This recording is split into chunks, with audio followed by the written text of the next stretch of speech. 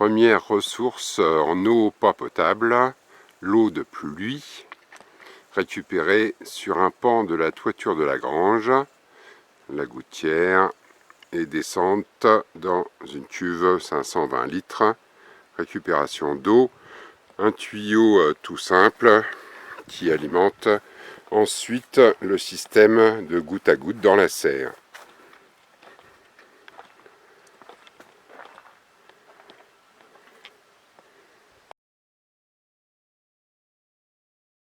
Deuxième ressource en eau pas potable, donc le puits, une profondeur de 10 mètres. J'y ai installé une petite pompe vide-cave eau chargée, puisque le système d'irrigation de la serre n'a pas besoin d'une pression énorme. Toute l'année, j'irrigue la serre. La seule période où j'arrose sur le dessus, au moment du semis des engrais verts. Donc là, la pression venant du puits est largement suffisante pour faire fonctionner un petit pistolet du type que vous avez là, de façon à mouiller comme il faut le lit de semences.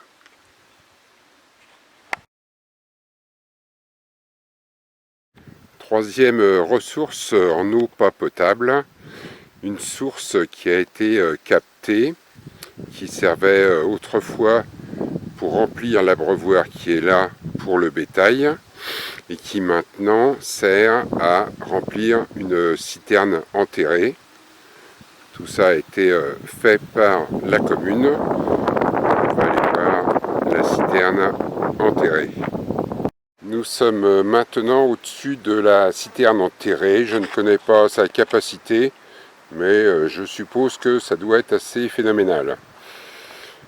Elle est remplie donc par la source captée et ensuite elle va alimenter un tuyau de façon à ce que les éleveurs de bétail puissent venir remplir leur citerne et éventuellement quelques jardiniers. Et on arrive à la source d'eau captée avec un grand flexible qui descend dans la cuve de récupération d'eau. Direction le jardin. De retour à la serre, à peu près 300 mètres à vol d'oiseau de la source, il suffit de brancher le tuyau normal au système goutte à goutte pour parer un éventuel manque dans les autres sources d'approvisionnement en eau. On notera évidemment que c'est la même cuve qui sert pour récupérer l'eau de pluie, qui sert également pour faire du transport d'eau occasionnel et rarissime.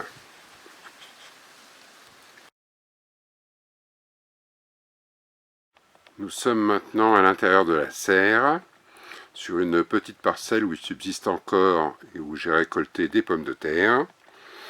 Le système d'irrigation goutte à goutte classique, donc je fais un petit essai. Je voudrais que l'eau pénètre plus que les 10 premiers centimètres du sol. Pour ça, j'ai fabriqué à partir de tubes plastiques, en l'occurrence tubes Hiro, les 15 premiers centimètres pleins, les 10 derniers centimètres percés de trous et évidemment ouverts dans les deux sens. Ceci afin que le goutte à goutte, qui est en fonctionnement ici, arrive dans les 15-20 cm du sol.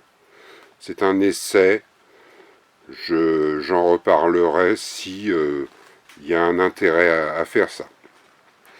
Je vous laisse, je vous souhaite à tout le monde un bon jardinage, des pluies si possible pour tout le monde et pas d'orage violent. Au revoir.